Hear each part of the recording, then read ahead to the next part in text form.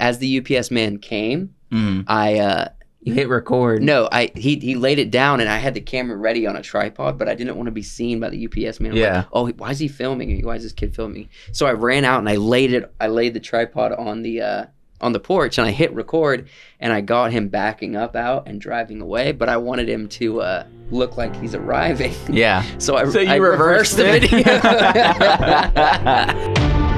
Hey, welcome back to the Wacky Wonderful Wise Works podcast. Are you girls geeks? All right, if you're going to jump in. I tried. You gave it a go. The best part of watching the third Pirates movie is solely Davy Jones. That's it.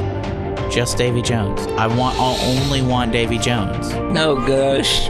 I feel my mustache quivering. Dude, I can't take it. Welcome back to the Wacky Wonderful Wise Works podcast. You changed the intro. No, I didn't. Yeah, it's at 7 a.m. now. What are you talking about? There's nothing wrong with it. I'm just. Oh no, it's always said that. It's always said that. That's the that was the. We're coming in at 7 a.m. 7 a.m. Monday morning. Welcome to the week. Kind of a brand new week. Yeah. We're here to podcast. We're here to talk to you guys. Oh, you guys, gals, geeks, and goofballs. Nailed it.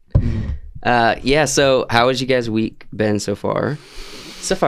It's been interesting, very tiring. Moved a couple dryers. That was awful. Moved a couple. No, literally moved one about 3 times. Yeah. Yeah. And it was, because at the apartments, the dryers are sitting up on top of the washers. Uh-huh. So we have to, if we want to work on a washer, or if Gary wants to work on a washer. Your boss. Yeah, we have to remove the dryer. He works on it for about an hour and a half while I stand there doing nothing instead of mopping. And because I have to wait. I have to wait because I have to help him put the dryer back on. Yeah. And then we put the dryer back on, and this one washer was giving us trouble. So we had to take the dryer off and put it back on. And of course, it was in the worst spot. It was, not only was it on top of the washer, that washer specifically was elevated off the ground about that much. On one of those like spin floor things? No, it's because it was in a small closet, and there's the trash chute is right next to it. So it has to be in this little tiny precarious position. And the washer was giving us trouble, so we had to take the dryer off, put the dryer back on, take the dryer off, and then put the dryer back on. Have you ever lived in a house that has a laundry chute? No. We were talking about this at work. You were? I was talking about this at work with one of my coworkers. The laundry chute is a fascinating thing and also very cool. Isn't it? Yeah. I think a laundry chute is like one of the most fascinating things in a home. Well, my Aunt Kim has a laundry chute, and when we were young, I say we, but mostly Ethan would climb into the laundry chute and drop down into the basement, even though it was dangerous and precarious. Precarious? Ethan did it. Wait, precarious? Can you define that word? What do you mean? Yeah, I don't know what precarious means. It means like if I move this right here and let go. I don't like that. Right? Exactly. You don't like it. That's precarious. And let go. His coffee right over his lap. Okay, so it puts you on edge. Yeah, it's potentially dangerous. Speaking of work, I hear you saw a beautiful dame in an elevator. Oh yeah. Oh yeah. Okay. Well, if you guys want me to tell this story, I want to hear it. So I'm just doing my job, doing my thing. And Can you set up where you work? I don't know if we've really talked about. So I work at some apartments. Yep. Nearby, 15 minutes away, and I just do just groundskeeping, sweeping, mopping, picking up, taking care of the grounds, right? Yes. Helping the maintenance guys with anything they need, and sorry. He lost his train of thought. Yeah, I didn't want to start coughing in the middle of my story. It was even more awkward with the silence. So I'm pushing around my cart. It's got my broom. It's got my mop. It's got everything on it that I need. Window spray, whatever. and I'm on the second floor, and I'm going down to the first floor, and I get in the elevator, or I'm about to get in the elevator, and this girl comes out of her apartment, and she's new. I've never seen her before. And, I do my thing, which is ask, with polite, how you doing? How are you doing? Hey, how you doing? How you doing? As you're getting, you do it with everybody you pass or getting that. How you doing? She's like, doing all right. She gives more of an answer than most people. And we get in the elevator. She's like, yeah, I'm going down to the beach. It's Wednesday. Wednesday's sort of my weekend. And I'm like, okay, right? And she's pretty. Yeah. So I'm like, okay. Okay. I got a whole floor worth of elevator to talk, right? You gotta give her that elevator pitch. Which is about 3-4 seconds. Yeah, exactly. Why it's like so much time. Yeah, exactly. And so we're talking, and she's saying, it's her weekend. She's going down to the beach. And I'm like, yeah, well, it's probably the best time because, it's a Wednesday. People are at work, people are at home, maybe not as many people at the beach. Yeah. And she's like, yeah, that's sort of what I was thinking. It's what exactly did she say? Something like, just sucks kind of, going down there alone. Yeah. Right? Opening. There's an opening for you. So I hit her with practically. I mean, not only an accidental opening, but a very intentional kind of like, "Hey, look, a door." So I hit her with this line right here. Right. All right. Might be hard. Find parking. might not be, just stuff like that. I don't even remember exactly what it was. You guys might remember. What was it? Might be hard, find good parking. It might be hard, find good parking. Might be hard, find good parking. Which pretty much did she just kill it with those might be hard, find good parking. It's been a long time since I've had this occurrence. This is a similar situation. So I want to know what's going through your head at this very moment. Okay. Where you're like, all of a sudden my brain's just like, and words gone. So once I said it, I realized that I had left words out, like I was Kevin or something from The Office. Why use lot word when a few word do trick, right? Trick. So right when I say it, I realized that there are words missing, and I rephrased it in my head. But before I could correct myself, she was like, yeah, well, I'm just going to sort of hope for the best. Then the elevator opens, and she gets out, and I'm like, all right, well, have a good one. She walks out. And then I'm standing there alone in the hallway, and I just started laughing. As a kid, as a teenager, I would have been like embarrassed or whatever and been like, oh, idiot, right? At this point, I'm just laughing outrageously loud in a hallway by myself because it was hilarious. Okay. If I did that today, I would still be embarrassed. And see, the thing is, just a common thing between the thing is, I don't usually have a problem talking to girls. I'm usually pretty good at it, but I haven't talked to a girl right in so long. Just doing this, going to work. Yeah. I haven't talked to anyone that wasn't you guys or Mackenzie, right? So you're just like, might be hard, find good parking. Might be hard, find place. Yeah, it was might be hard, find place park. Yeah, that's even worse. Might be hard, find place park. Which doesn't even make sense because it was like on a weekday. Yeah. And so there's like the least amount of but it would still probably be a little difficult, but you're just like, what's the thing to say?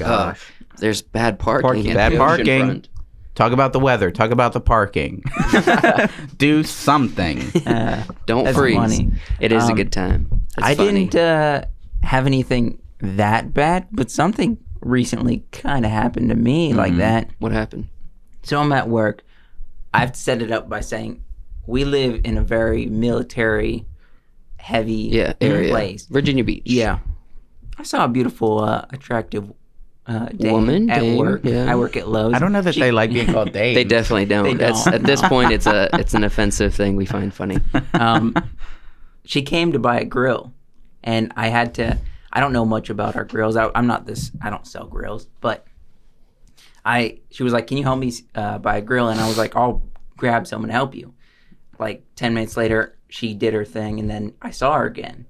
And are you laughing at yourself? Right? No, I'm laughing at the way you're looking at me very intently. No, I want to hear what you say. And I was like, did you find everything you needed? And she was like, yeah. And I can't remember how the conversation went, but it was like, so are you in the military? And I was like, no. And she was like, well, I'm a recruiter for the military. She's trying to recruit me for the military. Oh, really? Yeah. No, she wasn't. She was. She absolutely wasn't. What? By helping you, by saying, hey, help me get this grill. No. Do you want to join the military?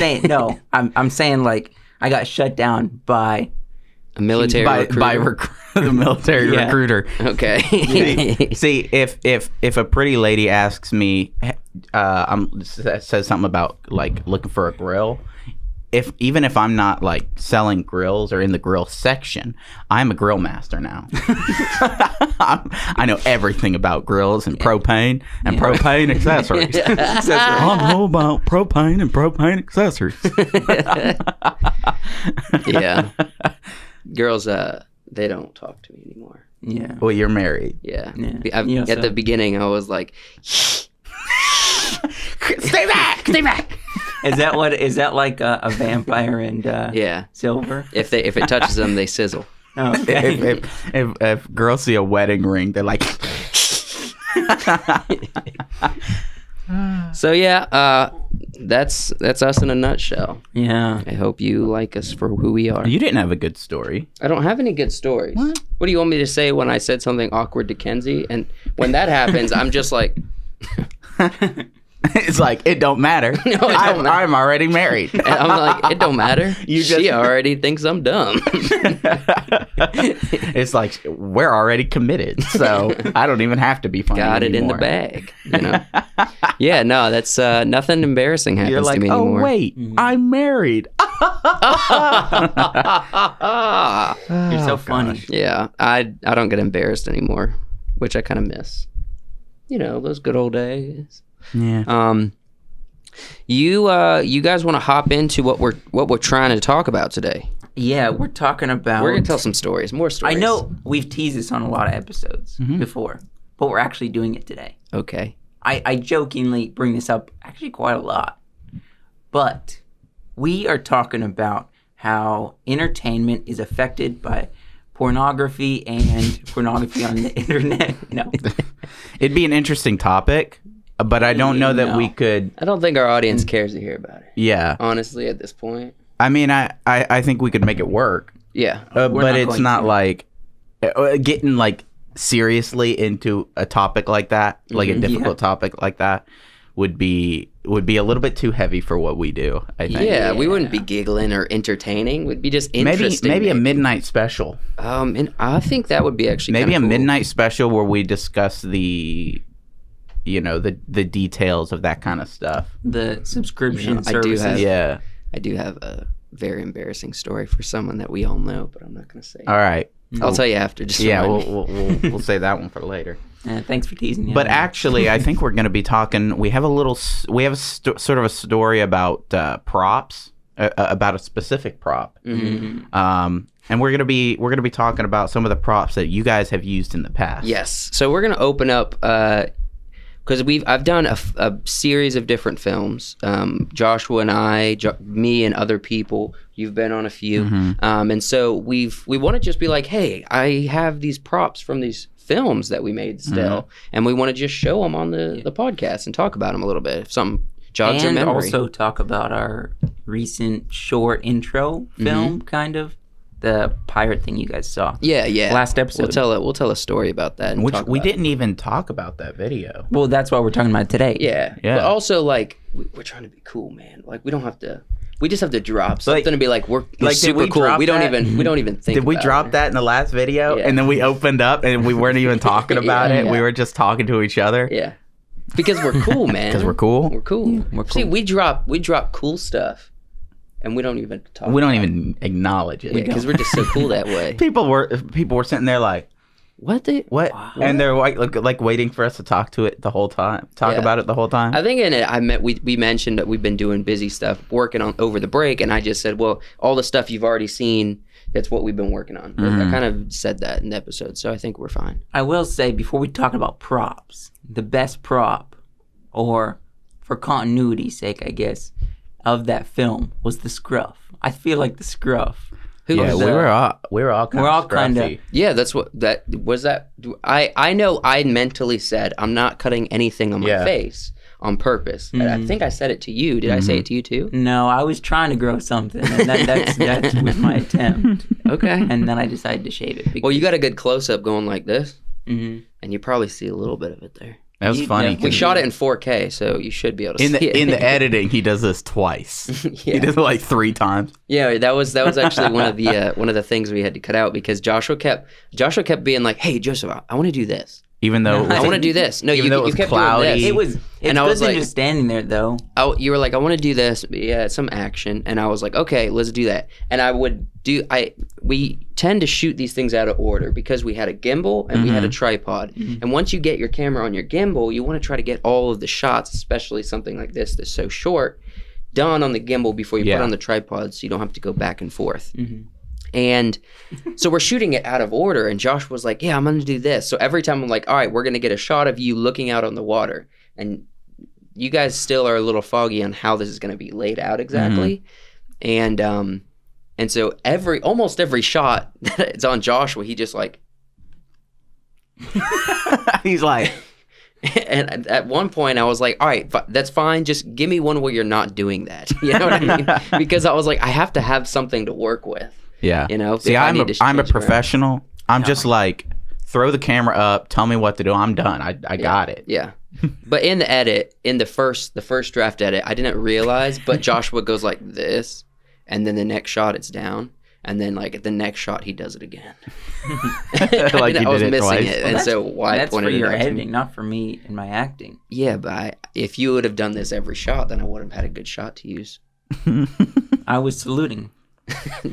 See, I tried to, every shot we did, try to do something just a little bit different, you know, so that you have options. See, that's good. That's what a true actor does. Maybe you could learn from my example. Maybe there's some lessons for you to cling on to. Cling on. I'm going to be doing a TED Talk. Acting is not about consistency. It's about creativity. When the camera's right up in your face, right? Make sure you keep one eye. You don't want camera. You're not supposed to be looking at the camera. You're supposed to be looking off to the side. But remember, the camera's your friend. The camera's your friend. So you don't want to be doing like a lot of face movement when it's so close. You save that for when the camera's pulled out. Right? See, the camera's once again your best friend, and so when it gets close, it sees you. It sees you for what you are. And it gets close, so when you're doing a scene like, I failed you, Master Wayne. I failed you, Master Wayne. Just the worst Michael Caine impressions. People are like, oh, they were doing Michael Caine the whole time. Oh, was that Michael? Oh, was Caine? that Michael? Actually, that's another interesting story. That acting class he did that's on YouTube.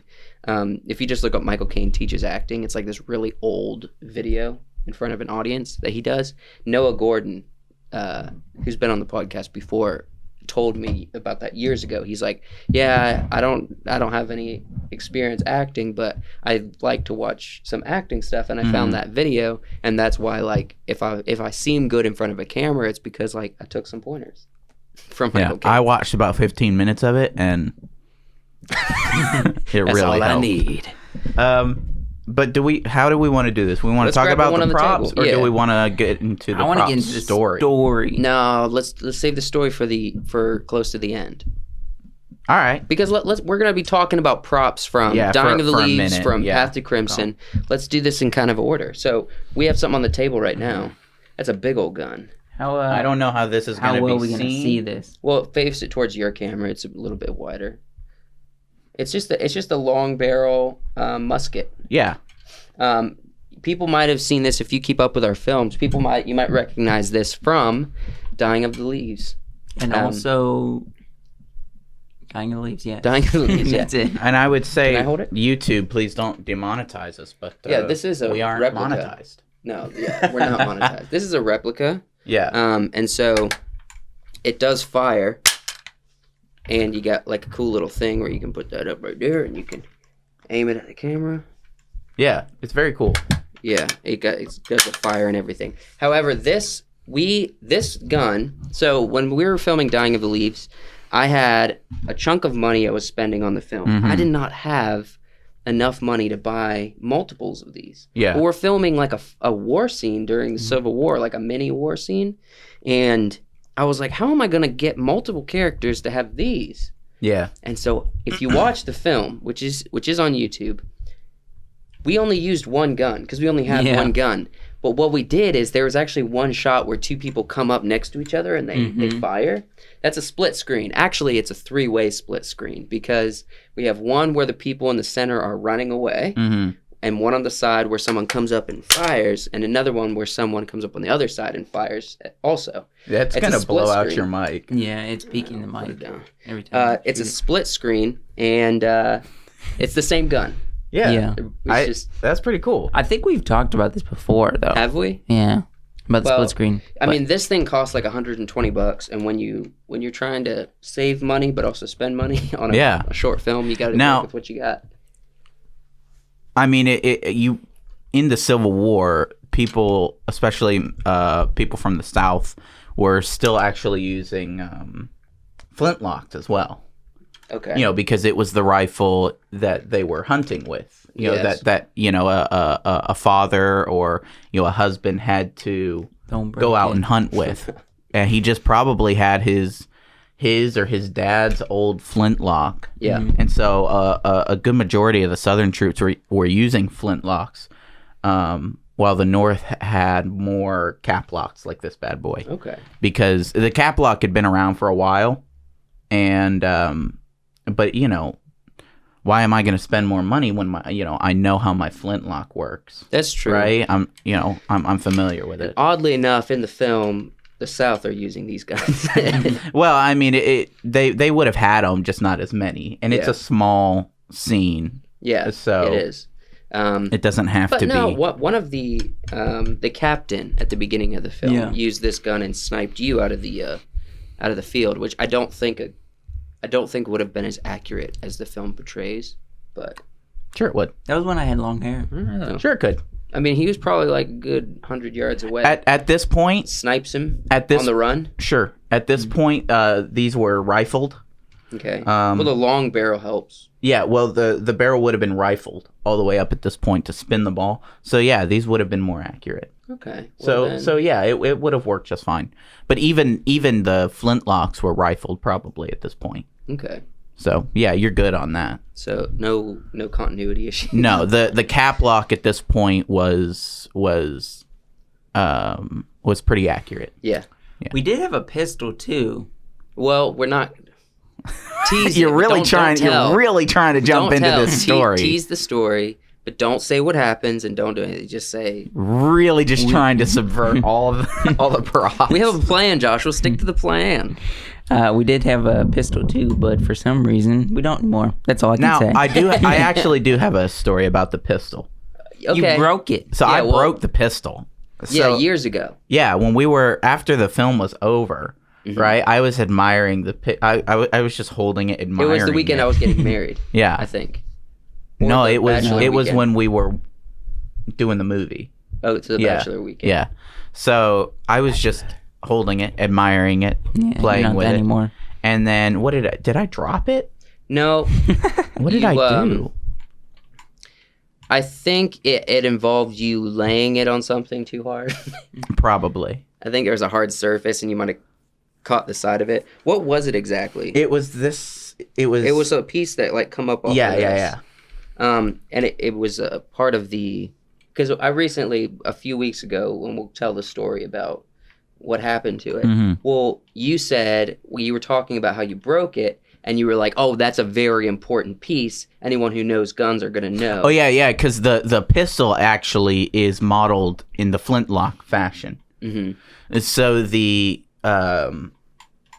so this piece, the hammer would have held a piece of flint, and then there's a piece up here that's a flat piece of metal, and when the flint hits that piece of metal, it creates sparks, which hits the gunpowder, which goes in and fires the. So you broke off the piece that would cause the spark. Exactly. So essentially, you'd be dealing with non. You wouldn't have any sparks. You wouldn't have any sparks. No firing.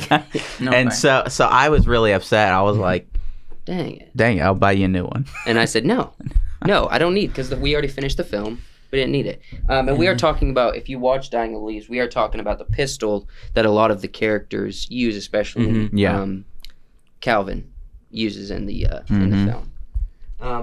Why don't you grab that sword down there? Which one? The big one? The gold one. Goldish looking one. The golden. I want to bring this one up because this one was also used in Dying of the Leaves. Actually, we didn't really realize this, but this sword, I'm sorry. This sword we've had for a while. Joshua has another one just like it. In our young films, our early days films, hold this. Our friend Jake Styling, we made so many films of him just being goofy with these swords. This sword specifically. It's a nice sword. That's why when you look on the side, you see all these rough edges because we have sword fight. That's all dirty. Rusty. We would film so much stuff, especially with Jake with these swords. Actually, this was Sichuan's second sword. From literally our second or third film that we ever made. Nice sword. In Dying of the Leaves, Jake was in it. Jake was in Dying of the Leaves, which is really cool, and we gave him the sword. Yeah. He uses the sword and comes up behind the captain, who is sniping Joshua out of the field, and slices him in the belly with that sword. Yeah. And then shoots him in the face. You also made... It's funny because Jake always used that sword, and so I thought it was a cool callback by accident. You also made, I'm pretty sure, your very first film because of these swords. No, the very first film was... Was it? Yeah. We talked about I thought it was the long sword. No. It was because these. All right. Well, I did my very, very, very first film I ever did was called UPS Wait. And it was pretty much just me, like, doing a voiceover, talking in my head about, like, me and my brother ordered some swords on the internet, and I'm just waiting for the UPS man to deliver them. Yeah. And it's me just looking sad, waiting on the porch for it. And then when it comes, Chariots of Fire starts playing, and I'm dancing around the field with the sword, you know? That's the whole video. I got a sword. Got to make a film about it. And it was funny. Yeah, exactly. It was funny because I literally, as the UPS man came, You hit record. No, he laid it down, and I had the camera ready on a tripod, but I didn't want to be seen by the UPS man. I'm like, oh, why is he filming me? Why is this kid filming me? So I ran out and I laid the tripod on the porch, and I hit record, and I got him backing up out and driving away, but I wanted him to look like he's arriving. Yeah. So I reversed the video. Yeah, I did. Because I wanted a shot. If I'm talking about UPS man, I want a shot of the UPS truck. Yeah. So I did that. So where did you guys order these? Just on a website or something? No free promotion. It doesn't exist. Let's say this. Anymore. It doesn't exist anymore. There was a very odd homeschool group company. Oh, I think I know what you're talking about. Yeah. I think I know what you're talking about. Yeah. Doug Phillips. Yeah, I think so, yeah. And his company sold like replica swords, the same as the long broadsword we're about to bring out. And he sold our mom and dad got us the broadsword, the William Wallace replicas, and then the next year they got us one of these. Yeah. So that's cool. Yeah. I really like the scabbard on this. It's very cool. Oh yeah. It's got the U.S. thing here. Yeah, that is a Civil War thing. It's supposed. I think it's supposed to be a cavalry saber. Yeah. But a cavalry saber traditionally would have a ring here for control, and it would be it would be a slightly curved blade. Yeah. But yeah, this is cool. I like it. It props. It props. How about we grab something out of the bag before we do the broadsword? How about that? Yeah. Joshua, I think it's appropriate to grab the thing you see Yeah, there you go. With a mask. Oh, the hat? No. hat? The mask, Joshua. It's appropriate because of you. All right. Well, this hat is all messed up, but this, if you watch the film Path to Crimson, this is the hat that my boot. this is the hat that the lead character wore. The hat is way too small for his head. If you watch the film, you'll probably notice that. Is this an actual leather hat? Probably. But that hat was way too small for the lead character's head, and as we already see, Joshua is in. I can't breathe in this thing at all. You didn't put the other mask on. Well, I can't breathe with this on. The other one doesn't restrict you. Yeah, we can hear you. It sounds like you're in a mask. I've got a small head. This will probably fit me real well. Well, the other guy had a big old head, and it did not fit him at all. So the whole film, it looks like it's a small head. Scene change. So if you're wondering why we're wearing... So, so this was the hat from Path to Crimson that, what's his name? Dex, the lead character, would wear. Too small for his head, but he wore it the whole time like a champ. Josh was wearing. Wyatt, tell us about this.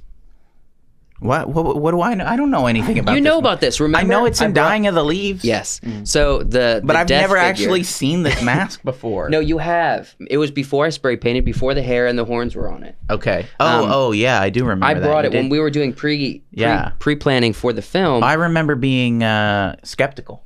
Yes. And honestly, like, it didn't even turn out the way I had hoped. It looks great. Let me put it on. I like it. Dad, you can't even breathe in that thing. It didn't even turn out the way I had hoped. But the horns are added. So if you look on the inside, there's glued. Like something in there. I don't know what I put on in there. But I cut a hole in the mask and I bought these horns and I put the horns in there. And then this is like ghillie suit hair. Mm-hmm. And I just glued that onto the thing. I love it.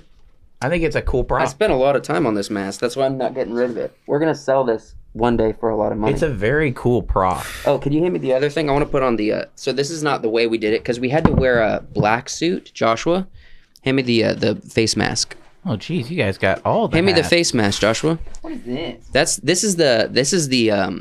vest that the villain from Path to Crimson would wear.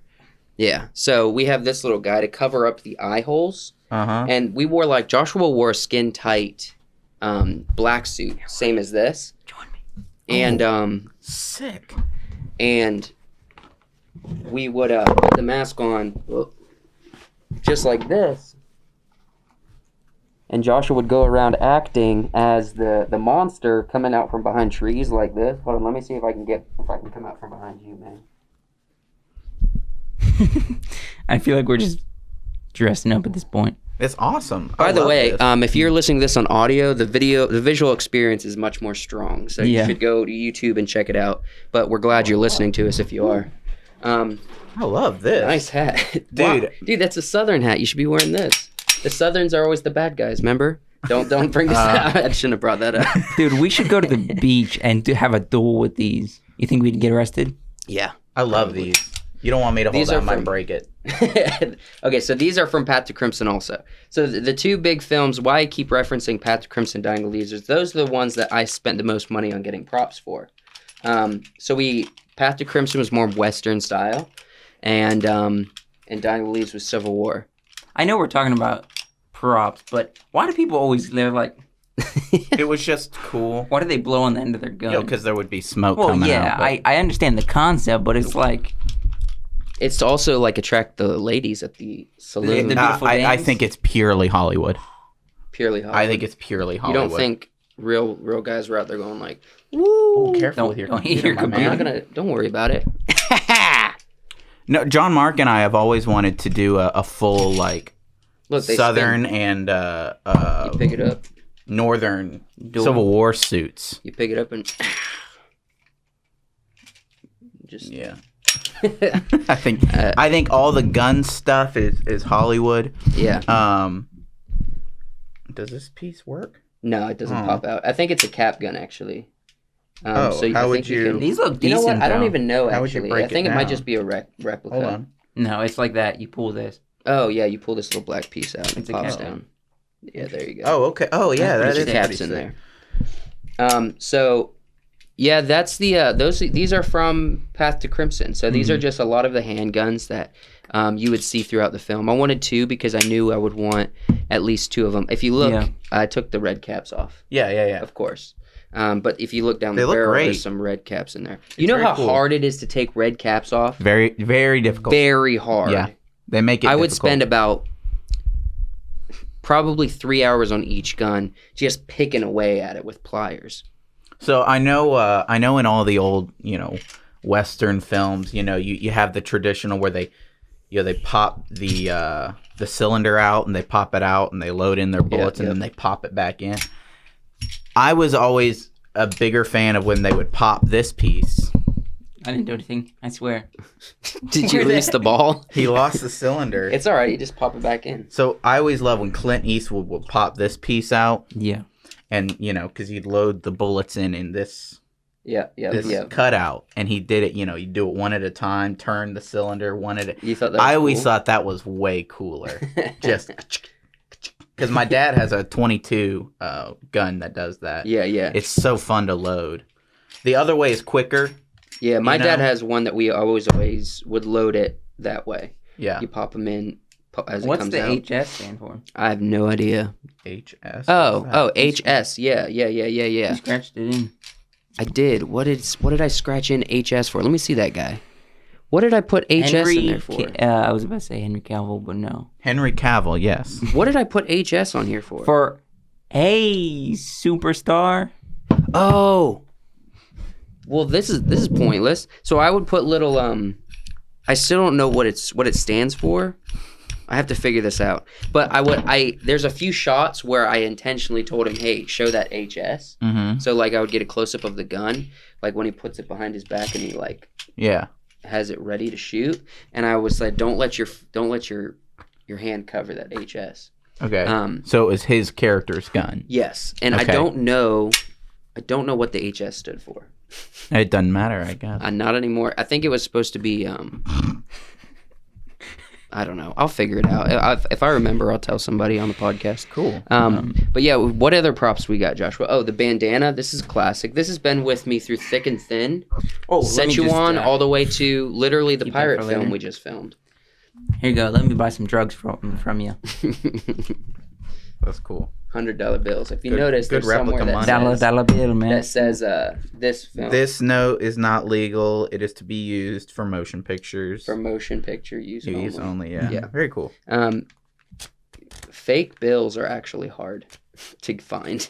Yeah. It seems you only did 2. No, One no, on no, this no. side, it's one supposed on to be that. like that. Oh, really? They send you like 2 on top and 2 at the bottom. Oh, And the okay. rest is just paper. Oh, interesting. So it's supposed to be a stack of cash. Okay, so they're cheap. Yeah. I mean, these were probably like $20 Jeez. for just one stack. But we Should've use just made this your for own. the. Print I don't. money. You gotta have like that green color to be convincing. And I don't know. I did actually. Itchy. I did. So on Path to Crimson, I actually did print out old style bills. Yeah. And I put them on top and bottom and just used this middle section Yeah. because I wanted old style bills for the That looks gambling really- scene. Oh, the medallion. Now been in a lot we're of just films. rolling through these. You guys Yeah, are going a I little know. too quick. So the medallion, you can talk about this some. What your Yeah, experience in with the it. in the monster film, which we never named, by the way, unfortunate. Monster. Did we name it Monster? We should have just Monster named film. it Monster. And thinking back to the monster in that film, it's very similar to the monsters in A Quiet Place. It really is. It really is, and I like it. It's cool. It wasn't intentional. Josh was just getting dressed up. Yeah, get dressed up, my man. But yeah, you use this as the hologram thing, Yeah. like our map, which was cool. I really enjoyed that. It just It got a little good amount of features. screen It time. did. It got more screen time than Josh, I think. Yeah. And I also wore it for the pirate short opener. So Cold that's open. actually the main character of the film. Yeah, Honestly, this medallion, dude, really. That really is. It keeps showing up. It ends with it. Like What the are first you shot doing? has it in it. The first shot of the film has it in it. Yeah. And the last shot. And has the it last in shot. it. Which is cool. And but this is actually, this has been with me also through thick and thin. That bandana, this. I'm just having fun. Money. Not the money. Money, bro. Money. So this was actually my piece of 8 as a childhood when we would play Pirates with the Gordons. Oh, okay. Yeah. This is my piece of 8. I found this at a thrift store. Mm-hmm. And I was like, I liked it. I like this a lot. This is my piece of 8. And so I would always wear this around my neck, along with other things that I had. But this was my main piece. And so I like throwing it in places now. I think it's fun. Yeah. Shout out. We used it as a hologram display, and we used it as more pirate necklace. Pirate jewelry. In the short film. I don't think you could actually see it on me. Maybe you can in one shot. I think you can in one shot. I'm wearing it around my neck. Because you could see mine, and then neck. I think we can see that one too. Yeah. But yeah, I was wearing this, and this has been with me a long time, as well as this. This was in one of my first films. I was Szechuan. I wore the bandana. Your headband. Why? What's with the name Szechuan? All right, this is Seth. You've seen Fight the Good Fight. Yeah. I don't know. Did he like that Mulan Szechuan dipping sauce? Did he like that McDonald's Mulan Szechuan dipping sauce? Szechuan dipping sauce. I don't know, dude. I don't know exactly where Seth came up. Seth wrote predominantly the ideas for Fight the Good Fight. Okay. And we've said it before. If you want to see it, it's out there. It's out there. You just have to find it. But I don't think the second one is out there. I think just the first one. Definitely not the third thing that we did. So you played Szechuan. That was your bandana. This is my bandana for 2 full films, and I used it for the pirate opener. What else did I use it for? I mean, I used this when we would play pirates as kids too. Mm-hmm. Like this has been through with me the whole time. I liked it because if you look at Jack Sparrow's bandana, it doesn't look the same, but it has little dragons that have like an Asian style to it, except it's reversed. So little black dragons with a red bandana. Yeah. Well, this is a black bandana with little red dragons. Okay, you liked that. I like that. Yeah, that is cool. I like that. So yeah, Seth came up with a lot of stuff for Fight the Good Fight, but yeah, like I said, the bandana was something that was my little flair to it, and I like it. So there. Yeah, that's cool. I like it. And the jacket was the bad guy in Path to Crimson? Yes. So the villain in Path to Crimson, the guy that he plays poker with at the beginning, he wore that vest. Funny enough, he never wanted to take the tag off, and I told him, yeah, just take the tag off, and he never did, and so it's still on the inside of that thing. It is. Josh is getting dressed up. So, did John Mark tell you that he would like a Path to Crimson movie, but like as gangsters? Like no. He told me he's like I liked the story of the movie. He said, but it would be really cool with like New York Italian gangsters. He said it would be so cool. Honestly, it's probably been done. I'm sure, but it would be really cool. It's pretty much Breaking Bad. He just finds himself in a situation, and then he just goes downhill from there. But the ending was really good. You like? I loved the ending. Okay, and you want to spoil the ending real quick? I don't remember. I don't remember exactly how it happens. All that happens is that the kid turns him in. Yeah, his son. There's like this whole monologue that he gives his son about doing the right thing for his family, and he uses that as a motivation to do something wrong, which is kill a reverend in cold blood. And his son sees the event happen, and in secret, and he turns his father into the authorities. And as he's being arrested, you hear his dad's monologue showing his son talk about doing the right thing that's best for the family. And so it kind of works for both characters. Just the son is the one who ends up being the better man. His little son. My brother-in-law Andrew played. Well, I was gonna say it was Zach that wrote the story, right? No, I wrote the story. Zach edited it for me. Oh, okay. Zach was in school for creative writing at the time, and I was like, hey, could you just like look at this, tell me what you think? And he's like, I like it. I would change just these few things. And he did kind of something similar for Dying of the Leaves, I think. I can't remember. I know he was doing his podcast at the time for Dying of the Leaves. And but yeah, so Andrew, my brother-in-law, played the son in Path to Crimson. It's a little cheesy at moments, honestly. That was my first longer film I directed. It came out to be about 45 minutes or so. Do you have anything from the hike? I don't. We didn't really have any props for the hike. It was just kind of us and emotion, so we didn't have a whole lot of things happening. So let's get on to this big old sword. Big old sword. So we got this from the same place as we got the other sword. This is a William Wallace replica. And if you watch Braveheart, the sword looks the same. I think his is a little bigger, but it's the same sword, except mine has duct tape on it because sword fight so much. I needed something to hold it together. Duct tape and rust and yeah, hold it up next to you. How old do you think these swords are? Right here. At least. You think these swords are 12 so there you years go. old? There's yeah, about 12 years whole old. Whole thing for you guys. Maybe 13. See it on Josh's camera too. Yeah. 12, 13 We've talked about old. these swords on the show, me and Joshua, a while ago. Did you want to hold it? Yeah. It's got to be older than that because we used those swords for Fight the Good Fight. We did. So they have to be... It was in the first Fight the Good Fight, me and Seth. Almost 14 years. Yeah. I mean, probably. I think it was like 2008, 2009. I think me, Seth, you, and the Gordons, we've all kind of been friends for about 15, almost 16 years now. And so this was pretty early on in our friendship. And so I think, these are about 14, 15 years old. Mm-hmm. Yeah. Or that we've had them that long. And we're just never going to get rid of them. I was thinking we should hang them up on the walls. Well, I mean, it works, because the size of it works really great for, like, kids. Yeah. It looks like a full-size Claymore for probably, like, a 15-year-old. Yeah. But... It's a lot smaller these days. Yeah, it is smaller these days. It feels so much I was saying before the smaller than podcast, it's more the size of a hand and half or a bastard sword. But it's definitely a fun I got an prop. idea. What? You were talking about Halloween earlier. I don't know if that was on the podcast or outside of podcast. We were talking about Halloween. Yeah. What we got to do? Get real jacked. Yeah. Do like the... Pumped up. Well, I was going to say, like, have the sword on your back type thing. No shirt. William Wallace. Yeah. That'd be cool. Let me take our life, but you never take our freedom. We already have the props needed for it. We just got to get some blue paint. Yeah. We need a kilt. We need a kilt. Noah has one. For Halloween, though?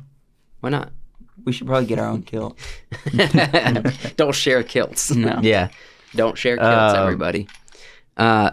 So I think what other props do we have down there, Joshua? Do you have any other props in that These bag? are obviously, we've seen them, but these are the hats we use for Dying of the Leaves. Mm-hmm. I had to buy like 6 of each one. For real? Yeah. How much? What? 6? They were like not... $15 a piece. So I spent like almost 100, if not a little more than 100. How on where'd just the rest hats. of them go? I don't know. We kept losing them during production. People would lay them down somewhere or put them in their car and take them home by accident. And we got 2 left at the end of it. Wow.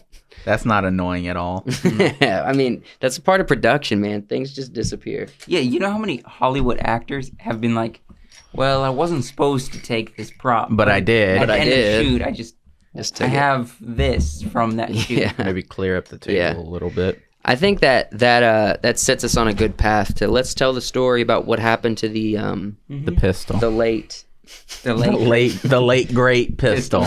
And this pistol cost about $75. I got it. It was the main prop for Dying of the Leaves. Yeah. And for people who don't know, a prop is something that the actors physically interact with. Yeah. Set design is like if there's like a candlestick on a fireplace for a scene, but the actors never really touch it. That's called set design, even though that wouldn't be considered a prop. Yeah. And even what Josh was wearing, that's just costume design. That's not even really a prop. But props are actually like the guns, the money, uniform. The pistol. That was the main prop for the film and for Dying of the Leaves. And so I got it the same with the long barrel musket at the same time. And so, as you said, we got through the film. It was done. You broke the piece off of it. Yeah. And so we're like, well, we have this gun. It looks like it could be a great pirate gun. We're gonna include it in our cold open, right? What we showed last week, and so we brought it out to the ocean. And I was like, so what we're gonna do is we're gonna be marooned on an island. Shots. We're gonna get some B-roll, but it's actually the first shot. So I'm gonna have it on the camera on the gimbal, and we're gonna lay the gun down, and I'm gonna try to let the waves push it a little, Yeah. So I'm just gonna follow it as the waves push, and that was gonna be the opening shot for the little short cold open. But you weren't filming. I was filming. Were you really? Just doing shots. Do you have any of that B-roll? I do. I was gonna show like the whole thing, but it just looked like a mess. Well, you should have included the gun maybe at like the very beginning. Mm-hmm. You know? But there wouldn't be like a much point. I think it actually worked out better for the progression of the story because the gun wouldn't make sense. Mm-hmm. The reason why we decide not to include the gun in it is because we had to. Yeah, it was forced upon the sea giveth and she taketh away. And in this case in particular, she tooketh. The funny thing was, all right. Okay. I was standing on the shore. I'll tell from my perspective. Okay. I was standing on the shore. I was holding a camera, taking shots, pictures while I'm trying to get some video. While the production, you doing your stuff, and you were filming it. So go to the first picture. All right, because I happened to capture it all in photos. So yeah, this is me in my pirate outfit. I have the gimbal, the camera, and I'm trying to film this gun that the wave's gonna push up. Onto the just barely touching the gun. Yeah, and again, we apologize for audio listeners, but we're showing pictures of this process. So you tell me, you're like, toss the gun right there. Yeah. So I toss the gun on the ground because I didn't want footprints around where I'm filming. The waves are barely coming up to your feet. Yeah. It's right there, and it's also I'm a little scared because I'm holding a nice camera and the gimbal. But at this point, you're not that close to the waves. No, they're not. They're just the surf is going to be touching your feet. It's not going to be crashing against you. Correct. Yeah.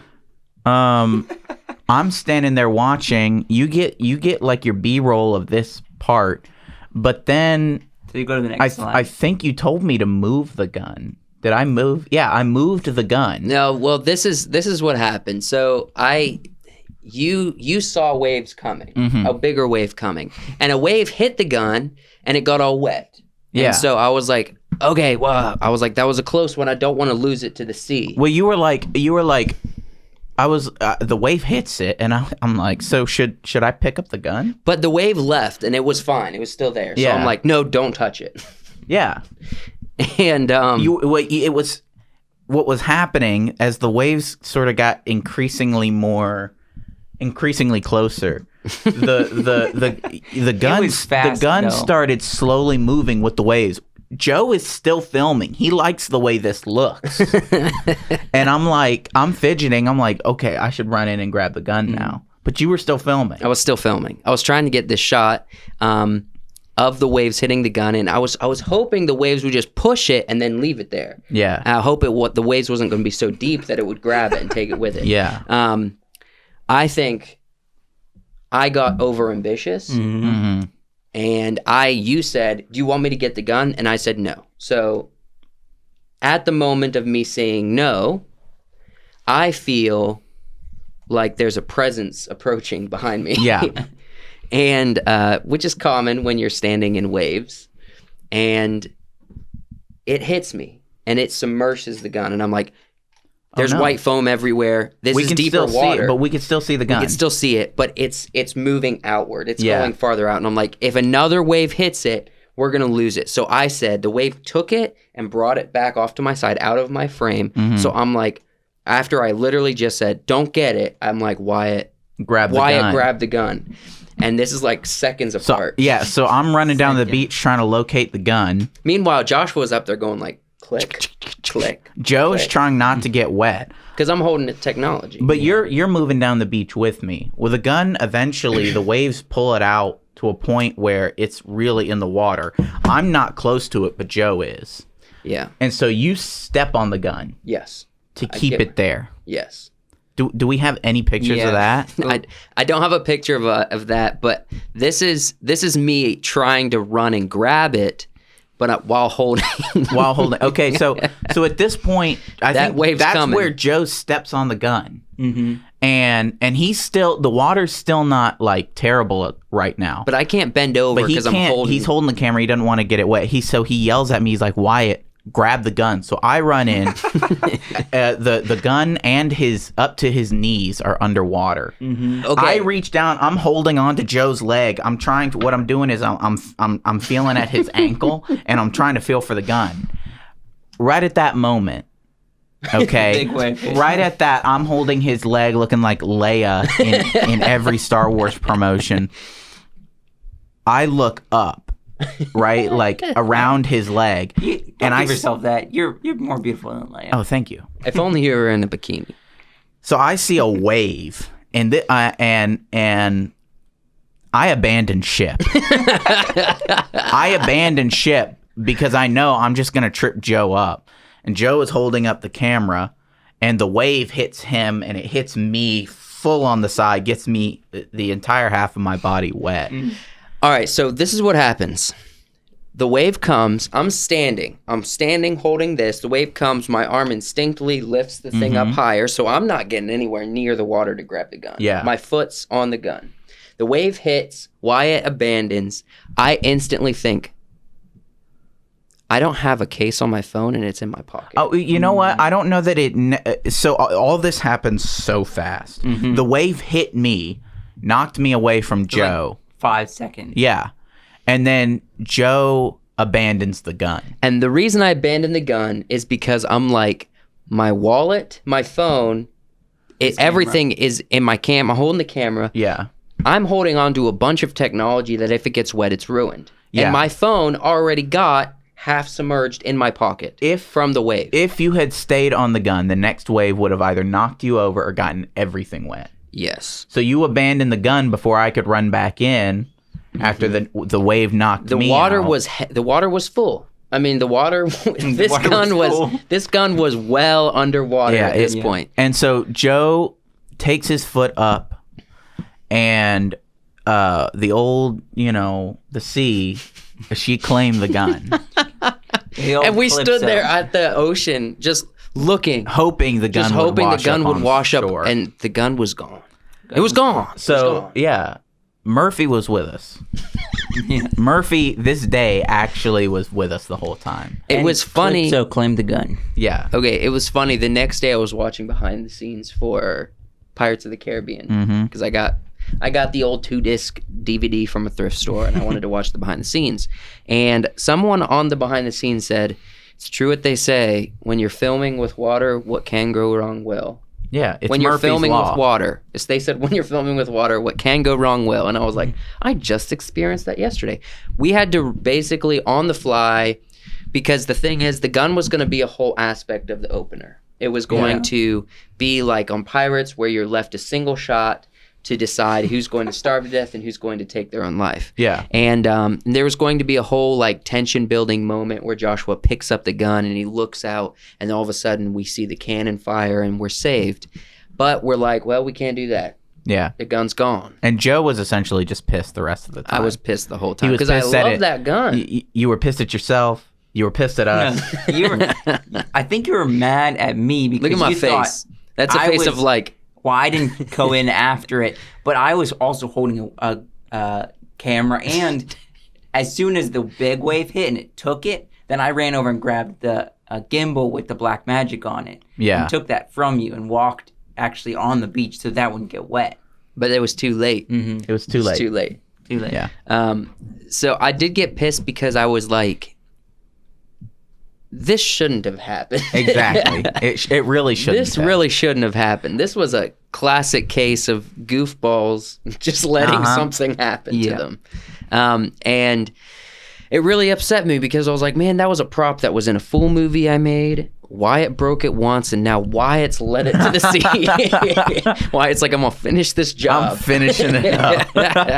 But it was both of our faults because I said, don't get the gun. You said, don't get the gun. I didn't get it fast enough when it was under your foot because I couldn't see it, and I was trying not to get. I think I have my wallet in my pocket. It's some Joshua's fault because he thought the pictures were better than running out. And honestly, it was saving the camera that I was holding. But it's beautiful. It's a good picture. I think we should take a moment in memory of the gun. Take your hats off, boys. Oh.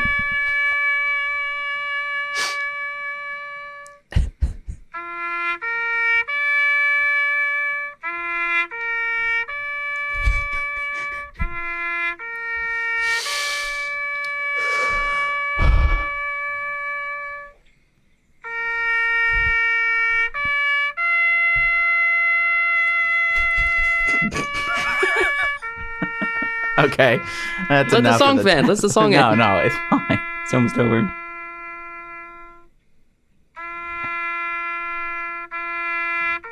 Oh, it keeps going. We're really gonna sit here this whole time? No, it's done. So there's the story of the long lost gun. So also at the beginning, Joe was like, "We're gonna go out there. Maybe something crazy is gonna happen." Joe's exact words. Maybe something crazy is gonna happen. We're gonna have a fun story to talk about. And I was thinking, someone's gonna approach us because it always happens when I go out in public. Someone approaches and it's like, "What you doing? What are you guys doing with the camera? What are you filming? What are you doing? Why here? are you in an outfit? Are you allowed to be doing this?" It's like, mind your own business, right? Kind of stuff. Public beach. Yeah. So, yeah, it was all of our faults. We lost the gun. We have a story. And here it is. Here it is. It just... It was a good moment that happened. And plus also it was after work. Yeah, this was a Thursday night. On a Thursday. After work. And we had to get all dressed up in the pirate outfits. It was just, everything was We had to get the stressful. gimbal, everything done. It wasn't really stressful. It was just after this moment, I was like, well, a big point of the film is gone. So how are we going to do this? I was trying to alleviate tension. Right, because I don't like when people are upset, and of course I think humor is the answer when it's not. Yeah. But I'm not good at being like, sorry, man. I'm not good at it. I don't know how to do it. I'm sitting there like, oh my gosh, that really happened. We lost. I'm making jokes and stuff. I think after this, we're like, that was a bad night. I think we went and got ice cream or something. Did we really? I don't know. You guys might have. I was that the night we got ice cream? I think so. Did we go to Harris Teeter after that? No, we were in. No, that was I went and got some. That was a different night. Yeah. Yeah, it was a good time. It was a bad time. It was a time and a half. Mm-hmm. And we hope you enjoyed that story. Yeah. I think any closing remarks or memories from all these props that we brought out. I'm really gonna be sad that if I want another gun like that, I'm gonna have to buy it. But it's all right. Yeah, it was broken anyway. Yeah, because someone broke it. I offered to pay for it. I offered to buy a new one. Well, it's a good thing you didn't, because then you'd be losing your own money. Yeah. During that shoot. Yeah. Well, no, we would have had a spare to go get. We would have a spare. We probably would have used that one. Yeah. And lost it, and then we'd have the nice one as a spare. Maybe. But hey, look, it happens. It definitely happened. If it can go wrong, it will go wrong, and it went wrong. And we'll learn lessons. You live and you learn. Let me ask you this. Do you think the gun would have been a better cold open for that pirate short that you saw? Or do you like it as is? Mm-hmm. Yeah. That's a good question. It's a good question. Or just let us know what you think of the pirate film altogether. Yeah. Well, we got a flag. The flag bit is awesome. Mm-hmm. It was. It's really fun. We filmed the flag bit not too long ago. Yeah, just a couple days ago. Yeah, on also on a Thursday evening. Thursdays, where it's at, man. The whole car ride over there, we were all silent. We were like, well, you guys were. I'm in the back just going like, woo, woo. Hope it doesn't rain on us. And the clouds are rolling in. And I'm holding the flag, and I'm like, I want to go home. Yeah, you were Mr. Let's go. What do you call it, Mr. Negativity? Yeah, you were I was ready. The clouds are going to hit us. We're going to get rain. We're gonna get in. It's gonna. Yeah, you just wanted to be home. Man. We did have someone stop us that night and be like, "What'd you do with all this camera? Better not get it wet with the rain." No, he said, y'all aren't bringing the rain with those cameras, are you? And he was just joking, but he's an old man. He didn't really stop us. He was just doing a boomer joke. A boomer. You boys aren't bringing the rain with you, are you?